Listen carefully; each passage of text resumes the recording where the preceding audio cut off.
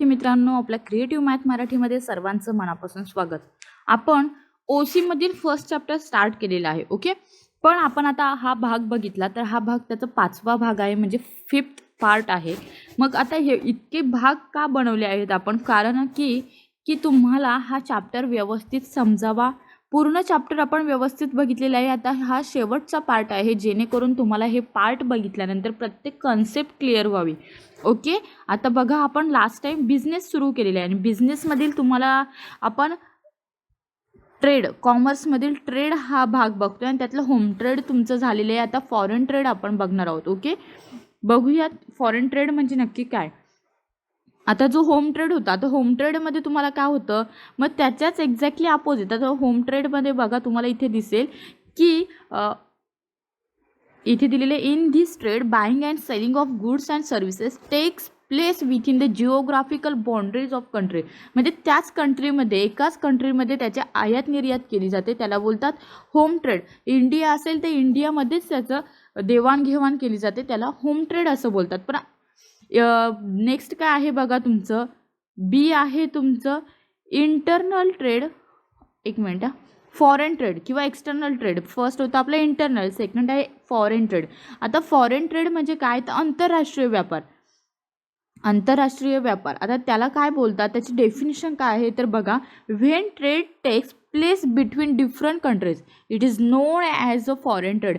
तर तुम्हाला शब्दावरूनच समजलं असेल, फॉरेन म्हणजे बाहेरचं, एक्सटर्नल म्हणजे इतर कंट्रीशी तुमचा समावेश येतो, संबंध येतो, त्याला बोलतात फॉरेन कंट्रीज. ओके, मग इथे तुम्हाला व्यवस्थित दिलेलं आहे की when trade take place between different countries, सोपं आहे. आणि नंतर पुढे दिले की when boundaries of two countries are cross the different currencies are use it is a further divided as.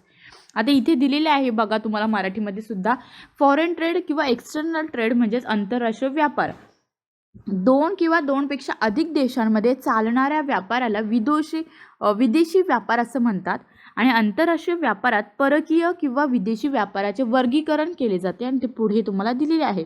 आता परकीय म्हणजेच काय, तुमचं आंतरराष्ट्रीय एक्सटर्नल यालाच बोलतात परकीय. आणि त्यामध्ये काय काय पार्ट असतात तर बघा, इम्पोर्ट ट्रेड. इम्पोर्ट ट्रेड म्हणजे काय, तर when goods and services are purchase from another country it is called the import trade. Import ट्रेडलाच मराठीत आयात व्यापार असं बोलतात. जेव्हा दुसऱ्या राष्ट्राकडून किंवा देशाकडून वस्तू व सेवांची खरेदी केली जाते त्याला आयात व्यापार बोलतात. ओके, पहिला आहे तुमचा इम्पोर्ट ट्रेड, त्यालाच आयात व्यापार असे बोलतात.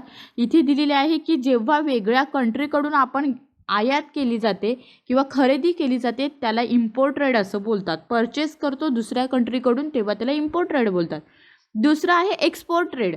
मग आता एक्सपोर्ट ट्रेड म्हणजे काय, इथे तुम्हाला दिसेल, when goods and services are sold to foreign buyers then it is called as a export trade. आता इम्पोर्ट ट्रेडमध्ये काय, परचेस करत होतो आपण दुसऱ्यांकडून, इथे सोल्ड केलं जातं टू फॉरेन बायर्स. ओके, म्हणजेच काय, त्याला मराठीत बोलतात निर्यात व्यापार. ओके, जेव्हा दुसऱ्या राष्ट्रात वस्तू विक्री केल्या जातात तेव्हा त्याला निर्यात व्यापार असे बोलतात. वस्तू विक्री केल्या जातात म्हणजे आपल्या राष्ट्रातून, आपल्या देशातून आपण दुसऱ्या देशाला विकतो. ओके, त्याला निर्यात किंवा एक्सपोर्ट असं बोलतात. शेवटचं तिसरं आहे इंटरपोर्ट. इंटरपोर्ट म्हणजे काय बघा, ते it is a combinations of import and export trade. It involves the importing the goods from one country and reselling this goods to another country. आता तिथे ऑप्शन दिलेले आहे, Indian seller importing goods from Japan आणि re exporting same goods to the Africa. Okay, आता त्याला काय बोलतात, interport trade म्हणजे काय, तर पुनर्निर्यात. आयात व निर्यात यांचे एकत्रीकरण म्हणजेच पुनर्निर्यात. It is a combinations of export and import असं दिलं आहे. एका देशातून आयात केलेला माल दुसऱ्या देशात पुनर्विक्रीसाठी पाठवला जातो. म्हणजेच बघा, आपण एका देशातून जो माल घेतला जातो, इथे दिले, it involves importing the goods from one country and reselling of the another country. एका कंट्रीकडून घ्यायचं दुसऱ्या कंट्रीमध्ये ते विकायचं. ओके, म्हणजेच भारतीय विक्रेते जपानकडून माल घेतात आणि आफ्रिकेला पुनर्निर्यात करतात. ओके, जपानकडून घेतलेला माल ते आफ्रिकेला पुन्हा पाठवतात, त्याला बोलतात पुनर्निर्यात व्यापार. ओके, आता आपण ट्रेडमधील सेकंड पार्ट सुद्धा बघितलेले, फॉरेन ट्रेड. आता पुढे काय आहे तुमचं, तर ऑक्झिलरीज टू ट्रेड, त्यालाच बोलतात की व्यावसायिक सेवा किंवा अनुषंगिक सेवा. म्हणजेच काय तर बघा, इथे दिसेल तुम्हाला आता All those activities that facilitate the smooth flow of goods that manufacturing centers to the consumption centers are called aids to trade and auxiliaries to trade. आता म्हणजेच काय तर या डेफिनेशनचा अर्थ तुम्हाला असं दिलेला आहे की बघा उत्पादनाच्या एक minute yes auxiliaries to trade म्हणजे काय तर एक मिनिट व्यावसायिक सेवा आता व्यावसायिक सेवा म्हणजे काय तर बघा इथे दिलेले आहे की उत्पादनाच्या ठिकाणापासून विक्री ठिकाणापर्यंत वस्तूंचा सुरळीतपणे पुरवठा करण्यासाठी केलेल्या कृतीस व्यावसायिक सेवा असं बोलतात. ओके, आता इथे तुम्हाला इंग्लिशमध्ये दिलेलं आहे की that activities facilitate the smooth flow of goods from manufacturing centres to the consumption centres. Very easy आहे. बघा इथे दिलेले आहे की that activities with a smooth flow of goods from manufacturing centres to consumption centres and that's called auxiliaries to trade. इतकं लक्षात ठेवलं तरीही चालेल. जेव्हा आपण त्यांची विक्री ठिकाणापासून उत्पादनाच्या ठिकाणापासूनचा जो केलेली कृती असते त्याला व्यावसायिक सेवा असं बोलतात. ओके, आता पुढे तुम्हाला इथे दिलेलं आहे इतकं सर्व ते तुम्ही नाही एक्सप्लेन केलं तरीही चालेल, पण एक सेंटेन्स देखील आपण बघूया.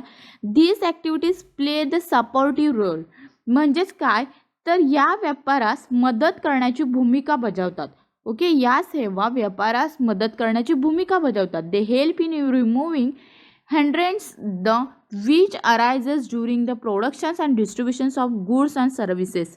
ओके, आता इथे तुम्हाला दिलेलं आहे की या सेवा वस्तू व सेवांचे उत्पादन आणि वितरण यातील अडथळे कमी करतात, रिमूव्ह करतात असं तुम्हाला दिलेलं आहे. पण तुम्हाला इतकं सर्व एक्सप्लेन करायची गरज नाही.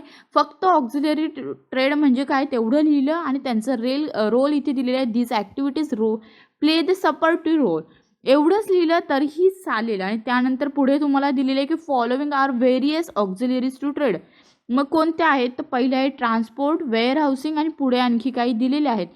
आपण एक ते 2 लाईनमध्ये बघूयात की the goods are produce at one place but they are demanded over and wide area. So good are to be sent to different places where they are demanded.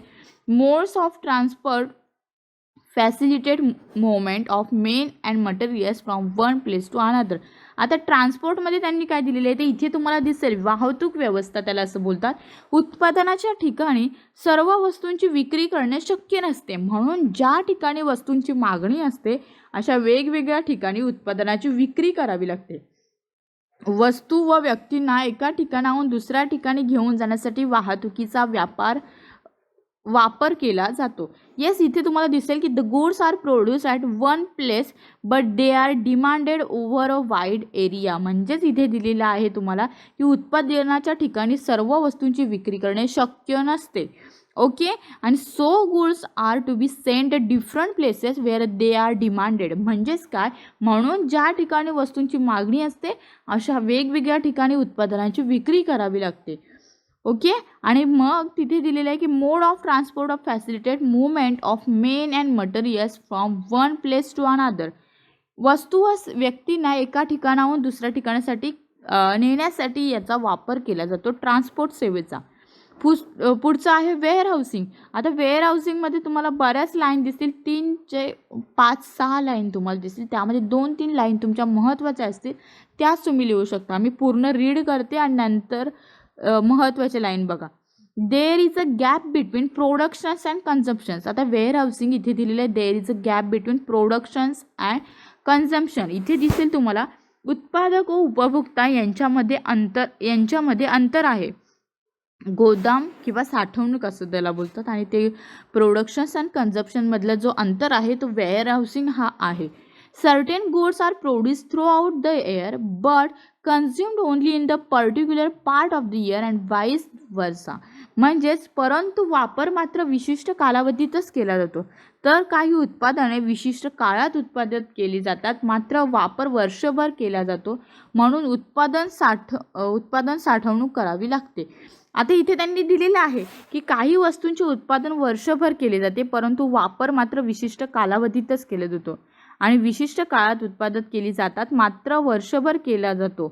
वापर वर्षभर केला जातो, म्हणून उत्पादन साठवणूक करावी लागते. आता तुम्हाला माहिती असेल, आता वेअरहाऊसिंग किंवा साठवणूक यामध्ये तुम्हाला दिसेल धान्य हा एक प्रकार तुमच्या लक्षात येईल. जेव्हा धान्य कदाचित रेशन वगैरे या गोष्टींमध्ये आपण बघतो, तेव्हा त्याला वेअरहाऊसिंग किंवा साठवणूकमध्येच त्याचा समावेश होतो. जेव्हा एखादा गोडाऊन असतात तिथे तो धान्य साठवून ठेवलं जातं आणि जेव्हा त्याची गरज लागते तेव्हाच ते सोल्ड केलं जातात किंवा त्याला बाहेर काढले जातात. ओके, नेक्स्ट आहे तुमचं इन्शुरन्स किंवा विमा. इन्शुरन्स म्हणजे काय तर बघा इथे दिलेलं आहे, there are the various risk involved in the business. म्हणजेच तुम्हाला दिलेलं आहे की व्यवसायात अनेक प्रकारचे धोके असतात. जसं the goods may be destroy while in production process in the or in transit due to accidents or in storage due to fire or theft. म्हणजेच व्यवसायात अनेक प्रकारचे धोके असू शकतात, जसे आग, चोरी, अपघात इत्यादी मूळ धोके निर्माण होऊ शकतात. मग तेव्हा इन्शुरन्स या शब्दाचा वापर कुठे होतो तर आपल्याला दिसेल इथे, the businessman would like to cover this risk, insurance companies come to their rescues. म्हणजेच तेव्हा व्यावसायिकांना या धोक्यांपासून संरक्षण करण्यासाठी विमा आवश्यक असते. विमा म्हणजेच इन्शुरन्स. ओके, आणि they undertake to compensate the loss suffer due to such risk. The businessman has to insure this goods and pay premium regularly. Risk can not be avoided completely but they can be minimise by taking insurance policy. म्हणजेच काय तर बघा इथे दिलेले आहे तुम्हाला, विमा कंपन्या या सर्व धोक्यांपासून व्यवसायाचे संरक्षण करतात.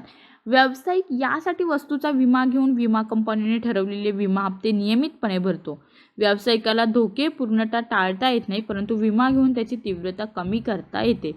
आता इन्शुरन्स पॉलिसी हा शब्द तुम्ही ऐकला असेल. जेव्हा इन्शुरन्स पॉलिसी एखादा व्यक्ती जॉबला लागतो तेव्हा तिथे देखील हा इन्शुरन्स पॉलिसी हा प्रकार असतो, जेणेकरून आता त्यांच्या पेमेंटमधून काही पैसे कट केले जातात आणि जेव्हा एखाद्या व्यक्तीचा ॲक्सिडेंट होतो किंवा काही त्याच्याबरोबर आग किंवा कोणताही कंपनीत वगैरे त्याचा ॲक्सिडेंट झाला तर त्या माणसाला, त्या व्यक्तीला त्या कंपनीकडून इन्शुरन्स पॉलिसी ही सेवा पुरवली जाते.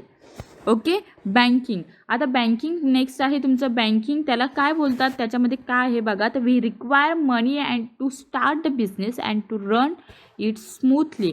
म्हणजेच पैशांचा वापर. आता इथे दिलेले आहे बघा की बँक व्यवसायाची स्थापना करून तो यशस्वीपणे चालविण्यासाठी पैशाची आवश्यकता असते. पैशाशिवाय काहीही होत नाही. We require money to start the business. म्हणजे बिझनेस सुरू करण्यासाठी आपल्याला पैशांचीच गरज असते. बँक सप्लाय मनी. बँक पैसा पुरवतो. Adequate funds can be obtain from the bank. म्हणजेच निधींचा पुरवठा सुद्धा बँकेकडूनच केले जातात. फंड्स म्हणजे निधी. Okay, bank provides loan, overdraft, cash, credit etcetera to the business. म्हणजेच बँक जो आहे तो व्यवसायांना कर्जे, अधिविकर्ष सवलत, रोख उचल इत्यादी सेवा देतो. आता तुम्हाला इंग्लिशमध्ये हे जास्त व्यवस्थित समजेल. बँक हे प्रोव्हाइड्स करतात लोन्स, तुम्ही शब्द ऐकतो, ओव्हरड्राफ्ट्स, कॅश, क्रेडिट एक्सेट्रा ह्या गोष्टी बिझनेसमधल्या बँक प्रोव्हाइड करतो. Bank also provide many services like the cheque, drafts, debit card, credit card, online transaction. It helps the traders to carry their business. आता बिझनेस सुरू केला एखाद्या व्यक्तीने तर त्याला या गोष्टींची हेल्प होते. जसं ATM असू दे, debit card, credit card, demand cheque या गोष्टींमुळे बिझनेसमॅनला खूप मदत होते आणि त्यामुळे त्याचं कामकाज व्यवस्थित चालवण्यास त्याला मदत होते. ओके, बँक हा ऑप्शन आता आपण बघितलेला आहे. आता नेक्स्ट आहे तुमचं ॲडव्हर्टायझिंग आणि शेवटचं आहे मर्कंटाईल एजंट्स. ओके, आता ॲडव्हर्टायझिंगमध्ये बघा, advertising is the effective aid in selling the goods. Advertising म्हणजेच काय, जाहिरात. जाहिरात ही उत्पादित वस्तू व सेवांचे विक्रीचे प्रभावी साधन आहे. The producer communicates all information about goods and services to create a strong desire in the consumers to buy the products. म्हणजेच आता तुम्हाला इथे दिलेले की उत्पादक हे आपल्या उत्पादनाशिवाय सर्व माहिती ग्राहकाला जाहिरातीमार्फत देऊन ग्राहकाच्या मनात वस्तू खरेदी करण्याविषयी इच्छा जागृत करतो. आता हे एवढं सर्व तुम्ही लिहिण्यापेक्षा इथे तुम्ही ॲडव्हर्टायझिंगमध्ये इतकं लिहिलं तरीही चालेल की advertising is the effective aid in the selling the goods इतकं लिहिलं तरी चालेल. It can be indoor or outdoor हा वाक्य लिहिला तरी चालेल. It can be carried in different ways हा वाक्य लिहिला तरीही चालेल. असे स्मॉल आणि तुम्हाला समजतील असे वाक्य लिहा. म्हणजेच जाहिरात हे उत्पादित वस्तू व सेवांचे विक्रीचे प्रभावी साधन आहे. त्यासाठी विविध मार्ग वापरले जातात. म्हणजेच इथे दिले बघा, it can be carried in the different ways, म्हणजे विविध मार्ग वापरले जातात. आणि इट कॅन बी इनडोअर और आउटडोअर, म्हणजेच ते घरातील प्रसारमाध्यमांच्या सहाय्याने सुद्धा केली जाते. ओके, म्हणजे बाहेर सुद्धा आपण करू शकतो, घरात सुद्धा, म्हणजे ओके. आणि communicating with the people when they are in the homes is called indoor advertising. म्हणजेच बघा इथे तुम्हाला दिलेलं आहे की घरातील माध्यमांनी करणे म्हणजे इंडोअर्स, आणि त्यामध्ये उदाहरण आता तुम्हाला बघा काय दिलेले आहे त्यांनी, कम्युनिकेटिंग विथ देअर होम्स म्हणजेच दिलेलं आहे. त्यामध्ये example newspaper, radio, T V हे घरातील आहेत, घरामध्ये बसून लोकांना समजू शकतं. वृत्तपत्र वाचल्यानंतर तुमची ॲडव्हर्टाईज बघू शकतात, टी व्हीवर बघू शकतात, ऐकू शकतात रेडिओवर.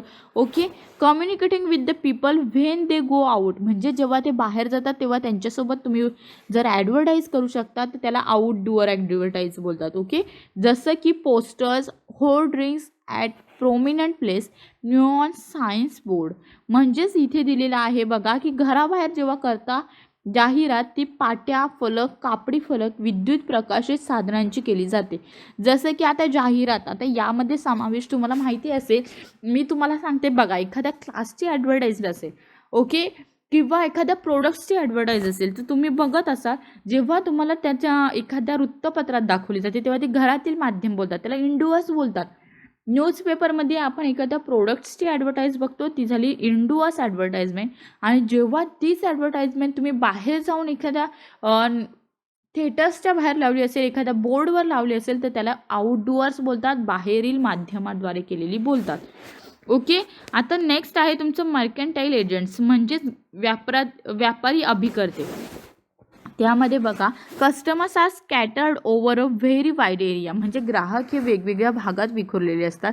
It is not possible for seller to contact the customers, त्यामुळे विक्रेते प्रत्यक्ष ग्राहकांशी संपर्क साधू शकत नाहीत. This difficulty is solved by mercantile agents. They bridge the gap between buyers and sellers. Broker, estate agents etcetera are some examples of mercantile agents. म्हणजे mercantile agents म्हणजे काय तर बघा, जेव्हा ग्राहक वेगवेगळ्या भागात विखुरलेले असतात, विक्रेते प्रत्यक्ष ग्राहकांशी संपर्क साधू शकत नाही, त्यासाठी व्यापारी अभिकर्तेची नेमणूक केली जाते. व्यापारी अभिकर्ते ग्राहक व विक्रेते यांच्यामधील दरी कमी करतात. दलाल, कमिशन एजंट. आता या गोष्टीमध्ये मी तुम्हाला एक एक्झाम्पल सांगते. जसं आता तुम्हाला माहिती असेल, एखादे ब्लॉक बिल्डरद्वारा विकायचे असतात तेव्हा त्याला डायरेक्ट कस्टमर भेटत नाही, त्याला माहिती नसतं कोणाला घ्यायचे आहेत ब्लॉक, कोण आहे ब्लॉक घेणारा. पण एखादा व्यक्ती असा मध्यस्थ असतो ज्याला आपण एजंट बोलतो, तो व्यक्ती या दोघांची मिळवणूक करून देतो किंवा त्या दोघांची भेट घडवून देतो. तो काय असतो, व्यापारी अभिकर्ता किंवा मर्कंटाईल एजंट्स. म्हणजेच एखादा व्यक्ती मध्यस्थ असा असतो ज्याला जो ग्राहक सुद्धा माहिती आहे, म्हणजे ज्याला ब्लॉक घ्यायचा आहे तो सुद्धा माहिती आहे, आणि तो ज्याला म्हणजे जो बिल्डर्स आहे, जो विकणारा आहे तो सुद्धा माहिती असतो. आणि मग जो मध्यस्थ असतो त्याला मर्कंटाईल एजंट्स किंवा व्यापारी अभिकर्ते असं म्हणतात. ओके. आता पुढे याच्या तुम्हाला नेक्स्ट शेवटचं आहे कम्युनिकेशन्स. आता कम्युनिकेशनला मराठीमध्ये संदेश वहन असं बोलतात. In today's world there is a information explosion. The informations has to be the communicated. There is a need of communications to facilitate the traders, producers and consumers to exchange information. Various means of communication such as the cell phones, postal services, etc.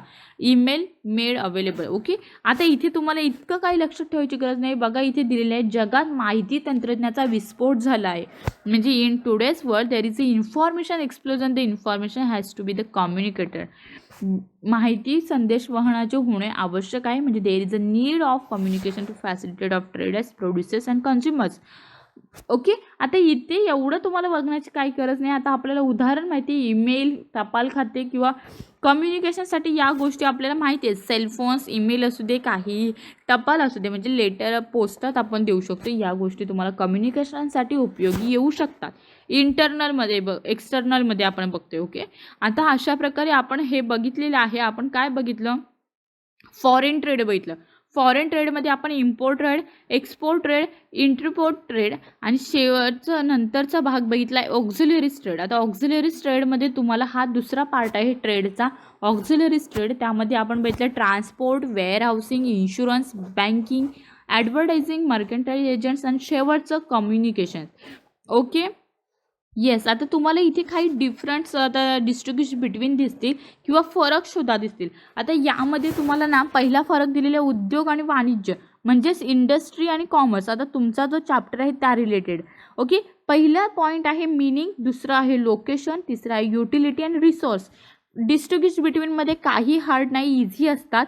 आता मिनिंगमध्ये बघा यांनी काय दिलं, industry is engage in the productions of goods and services. दोघांचं meaning लिहायचं. कॉमर्सचं लिहिलं आहे commerce is engage in distributions of goods and services. Okay, बघा इथे industry is engage in productions of goods and services and commerce is engage in distributions. या दोघांमध्ये productions आणि डिस्ट्रीब्युशन या शब्दाचा हे आहे, डिफरन्स आहे. म्हणजेच उद्योग, इंडस्ट्री काय आहे, उद्योग हे वस्तू व सेवा निर्मितीत गुंतलेले आहे आणि वाणिज्य जे आहे वस्तू व सेवा वितरण करतो असे त्याला म्हणतात. ओके, तो काय करतो, डिस्ट्रीब्यूट करतो आणि हा प्रोड्यूस करतो. ओके, आता निर्मित करतो आणि हा विस्तारित करतो. ओके, असं त्याचा फरक आहे. Location, it is located in the factories and workshop. It is conducted in markets and offices. आता कॉमर्स जो आहे तो मार्केट्स आणि ऑफिसमध्ये आहे आणि इंडस्ट्री जो आहे तो फॅक्टरीज मोठ्या मोठ्या आणि वर्कशॉपमध्ये इन्वॉल्व आहे. Utility, it create a form utility and commerce आहे it creates the place time possessions utility. हे पॉईंट तुमचे खूप महत्त्वाचे आहेत. युटिलिटीला मराठीमध्ये उपयोगिता बोलतात. इथे तुम्हाला दिसेल उद्योगांमुळे उपयोगिता वस्तूंना प्राप्त होते आणि वाणिज्यामुळे स्थळ काळ उपयोगिता निर्माण होते. हे पॉईंट्स तुमचे महत्त्वाचे आहेत. Resources, it uses the machines and manpower. इंडस्ट्रीमध्ये कशाचा रिसोर्स वापर केला जातो तर मशीन्स अँड मॅनपॉवर आणि it requires the mower manpower. कॉमर्समध्ये मॅनपॉवर गरजेची असते. आता तुम्हाला हे 4 पॉईंट इंडस्ट्री अँड कॉमर्समध्ये महत्त्वाचे आहेत. पहिल्यांदा बघितलं मीनिंग. मीनिंगमध्ये प्रोडक्शनचा समावेश आहे आणि कॉमर्समध्ये डिस्ट्रीब्युशन्स आहे. लोकेशन बघितलं तर इंडस्ट्रीचं फॅक्टरीज आणि वर्कशॉप आहे. कॉमर्सचं बघितलं तर तुम्हाला मार्केट्स आणि ऑफिसेस दिसतील. युटिलिटीमध्ये इंडस्ट्री जो आहे फॉर्म युटिलिटी आहे आणि कॉमर्समध्ये प्लेस टाईम अँड पोझेशन युटिलिटी आहे. रिसोर्सेसमध्ये मशीन्स अँड पॉवर इंडस्ट्रीमध्ये वापर केला जातो. कॉमर्समध्ये जास्तीत जास्त वापर मॅनपॉवरचा केला जातो. ओके, पुढे आहे तुमचं कॅपिटल. कॅपिटलमध्ये बघा त्याचं काय आहे की इंडस्ट्रीमध्ये huge capital required to start industry. म्हणजे इंडस्ट्री सुरू करायची असेल तर जास्त कॅपिटल गरजेचं आहे, भांडवल जास्त गरजेचं आहे. पण कॉमर्समध्ये रिक्वायर्स द लेस कॅपिटल. थोडं कॅपिटल असेल, थोडंसं भांडवल असेल तरीही चालतं. Interdependence. Okay, industrial activities are meaningless without commerce. म्हणजे कॉमर्सशिवाय जे इंडस्ट्रियल ॲक्टिव्हिटीज आहेत ते कंप्लीट होऊ शकत नाही आणि commercial activities can not be started without productions of goods and services. म्हणजे आता तुमचे जे इथे दिलेले आहे बघा, अंतर्गत स्वावलंबन म्हणजेच जी इंडस्ट्री आहे ती उपक्रमाशिवाय वाणिज्य निरर्थक आहे. म्हणजे जे इंडस्ट्रियलचे जे कामकाज वगैरे आहे त्याच्या ॲक्टिव्हिटीज आहेत त्या कॉमर्सशिवाय अशक्य आहेत, निरर्थक आहेत वाणिज्याशिवाय. आणि वाणिज्य हे उद्योगाशिवाय सुरू करता येत नाही. म्हणजे दोघांच्याही एकमेकांसोबत कनेक्शन आहे. Status, primary importance, secondary importance. जे तुम्हाला छोटे छोटे पॉईंट वाटतात ते तुम्ही लिहिलं तरीही चालेल. Conducted by producers and manufactures. Industry आहे ते कंडक्टेड कोणाकडून केले जाते तर प्रोड्युसर्स अँड मॅन्युफॅक्चर्सकडून आणि कॉमर्स ट्रेडर्स मर्कंटाईल एजंट्स यांच्याद्वारे केलं जातो. क्लासिफिकेशन, आता इंडस्ट्रीचं क्लासिफिकेशन प्रायमरी, सेकंडरी आणि टेरिटरीमध्ये केलं जातं तर कॉमर्सचं ट्रेड आणि ऑक्झिलरीज टू ट्रेडमध्ये केलं जातं. Market force, industry it represents the supply side of market. Commerce represents the demand and supply side of market. Okay, शब्दांचा थोडा फरक आहे, व्हेरी इझी आहे पण. ओके, पहिला बघितला आपण कॉमर्स अँड इंडस्ट्री. सेकंड बघूयात बिझनेस, प्रोफेशन अँड एम्प्लॉयमेंट. आता या तिघांमध्ये सुद्धा थोडेच फरक आहेत. तुम्ही व्यवस्थित समजून घेतले तर समजतील.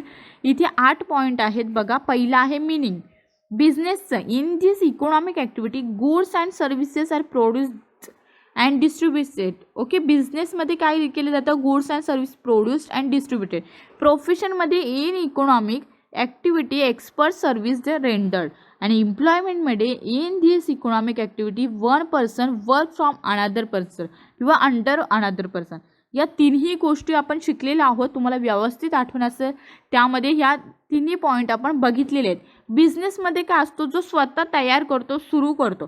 प्रोफेशनमध्ये काय असतो, स्वतःच्या ॲक्टिव्हिटी म्हणजे काय, स्वतःच्या सर्व्हिसेसवर जो शिक्षण घेतो त्याच्यावर चालू करतात. आणि प्रोफेशन म्हणजे काय, कोणाच्या तरी इकॉनॉमिक म्हणजे काय, तर कोणाच्या तरी कंपनीमध्ये किंवा एका पर्सनच्या अंडर तो काम केला जातो. रिवॉर्ड रिटर्न म्हणजेच काय, बिझनेसमॅन अर्न प्रॉफिट. बिझनेसमध्ये त्याला प्रॉफिट असतो. Professional charges fees as return as a professional म्हणजे प्रोफेशन जे असतात त्यामध्ये त्यांना फीजद्वारे त्यांची चार्जेस मिळतात. आणि एम्प्लॉयमेंटमध्ये सॅलरी दिली जाते. ओके, एम्प्लॉयमेंटमध्ये जे एम्प्लॉय असतात त्यांना सॅलरी किंवा वेजेस मिळतं. कॅपिटल इन्व्हेस्टमेंट बिझनेसमध्ये capital investment depends on size and nature of business. Business सुरू करायचा असेल तर त्याच्या साईजवर डिपेंड असतं किंवा नेचरवर. जर फळांचा बिझनेस सुरू करायचा असेल तर आपल्याला त्याचं सर्व बघावं लागेल की फळं किती लागतील, एरिया कशी आहे ते बघावं लागेल, आजूबाजूची कंडिशन बघावी लागेल, पीपल्स कसे असतात, किती संख्या आहे ते बघावं लागेल. पण प्रोफेशनमध्ये limited capital investment is required expect the self employed profession. Okay, and एम्प्लॉयमेंटमध्ये no capital investment is necessary म्हणजे एम्प्लॉयमेंटमध्ये कॅपिटलची गरज लागत नाही. प्रोफेशनमध्ये लिमिटेड कॅपिटल लागतं. आणि बिझनेसमॅनमध्ये जो इन्व्हेस्टमेंट आहे कॅपिटलची जी साईज आणि नेचरवर डिपेंड असते. नेचर ऑफ वर्कमध्ये बघा, पहिलं आहे business. It provides the goods and service to the people किंवा पब्लिक. गुड्स अँड सर्व्हिस पुरवले जातात. प्रोफेशनमध्ये it renders the personalise expert service. प्रोफेशनमध्ये आपण बघतो डॉक्टर असू द्या किंवा टीचर किंवा आणखी कोई वकील वगैरे, it renders the personalise expert म्हणजे त्यांच्याकडे जो स्किल असतो ते दुसऱ्यांना देण्याचा प्रयत्न करतात. एम्प्लॉयमेंटमध्ये आपण बघितलं तर they perform the work as per service. ते त्यांच्या कामासाठी काम करत असतात. ओके, क्वालिफिकेशनमध्ये बिझनेसमध्ये no minimum qualifications is prescribe म्हणजे बिझनेस सुरू करण्यासाठी क्वालिफिकेशनची गरज लागत नाही. प्रोफेशनमध्ये expert knowledge and trading in a particular field म्हणजे आता आपण बघितलं तर डॉक्टर असू दे किंवा वकील असू दे त्यांना एक्सपर्ट नॉलेज लागतो, त्या फील्डमधला ट्रेनिंग लागते. एम्प्लॉयमेंटमध्ये is is prescribe by the employer. त्या एम्प्लॉयवर डिपेंड असतं त्याचं काम कशा प्रकारे आहे ते. Decision making businessman are free to take decision. Businessman जो स्वतःचे डिसिजन घेऊ शकतो. Professionals take the expert decisions in their profession म्हणजे जे प्रोफेशनल्स असतात ते त्यांच्या प्रोफेशनमध्ये जे त्यांच्या वरती असतात त्यांच्यासोबत डिसिजन घेऊ शकतात. Employ does not take have any power or any decision. जो एम्प्लॉई असतो म्हणजे जो वर्कर्स असतात ते काम करणारे एखाद्या फॅक्टरीमध्ये असू द्या ते एम्प्लॉयरच्या हाताखाली काम करत असतात. त्यामुळे ते एम्प्लॉई स्वतःचे डिसिजन आणि स्वतःची पॉवर यूज करू शकत नाही. रिस्कमध्ये profit is uncertain and irregular so high risk is present. Okay, आता जो बिझनेस आहे त्याच्यामध्ये रिस्कचा समावेश असतो. प्रोफेशनमध्ये बघा fees in a generally not certain or regular.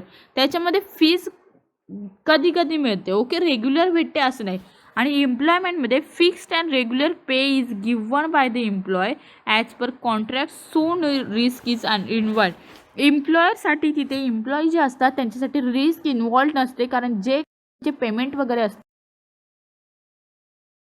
बघत आहोत त्यामध्ये एम्प्लॉय जे आहे त्यांना रिस्क इन्व्हॉल्व नसते त्यामध्ये कारण ते एखाद्या कंपनीत किंवा एखाद्या एम्प्लॉयरसाठी काम करत असतात. आता एक्झाम्पल्स दिलेले आहेत. बिझनेससाठी एक्झाम्पल्स आहे बिल्डर, ग्रोसर्स आणि सुपर मार्केट. यामध्ये ते बिझनेसमध्ये इन्व्हॉल्व येतात कारण बिल्डर्स जो आहे तो स्वतःचं काम करत असतो, स्वतः त्यामध्ये इन्व्हॉल्व असतो. प्रोफेशनमध्ये डॉक्टर, लॉयर आणि CA हे येतात कारण प्रोफेसर हे असे आहेत की त्यांनी त्यासाठी एज्युकेशन घेतलेलं असतं, ट्रेनिंग घेतलेली असते. ओके, एम्प्लॉयमेंट त्यामध्ये बघा तुम्हाला दिसेल एम्प्लॉयमेंटमध्ये कोण कोण येतं ते clerk, teacher and officers. Teachers जे आहेत ते प्रोफेशनमध्ये येत नाहीत कारण टीचर्स या एखाद्या स्कूल कॉलेजेसमध्ये काम करत असतात. त्यामुळे आपण हा डिफरन्स बघितला बिझनेस, प्रोफेशन आणि एम्प्लॉयमेंट. अशा प्रकारे यात आपण 8 पॉईंट बघितले. शेवटचं डिस्ट्रिब्युशन बिटवीन आहे तुमचं बिझनेस अँड कॉमर्स. आता यामध्ये काही कठीण नाही, तुम्हाला 4च पॉईंट इथे आपल्याला दिसतील. पहिलं आहे मीनिंग. मीनिंगमध्ये तुम्हाला दिसेल it is a economic activity which deals in the productions and distributions of goods and services. बिझनेसची डेफिनेशन दिलेली आहे आणि इथे कॉमर्सची डेफिनेशन दिली आहे. It is a part of business which is concern with the distributions of goods and services. Commerce जो आहे तो बिझनेसचा पार्ट आहे आणि बिझनेस ही इकॉनॉमिक ॲक्टिव्हिटी आहे. ओके, आणि ती प्रोडक्शन्स अँड डिस्ट्रीब्युशनसाठी काम करते, पण कॉमर्स डिस्ट्रीब्युशनवर डिपेंड आहे. Okay, concept. Business, it is a broader concept as it is include the commerce, and commerce is a narrow concept. narrow म्हणजे काय, छोटी, आणि business broader म्हणजे long, मोठी. Okay, as it is a part of business. Commerce हा बिझनेसचा part आहे. Okay, skill, it requires the technical as well as marketing skill. बिझनेसमध्ये technical आणि मार्केटिंग स्किलचा समावेश येतो. कॉमर्समध्ये it requires only marketing skill.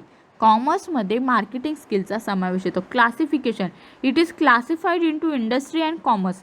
बिझनेसमध्ये इंडस्ट्री अँड कॉमर्सचा समावेश होतो, म्हणजे उद्योग आणि वाणिज्यामध्ये. आणि कॉमर्समध्ये it is a classified as a trade and auxiliaries to trade यांचा समावेश येतो. अशा प्रकारे डिस्ट्रिब्युशन बिटवीन आपण 3 बघितलेले आहेत आणि तुम्हाला व्यवस्थित समजलं असेल.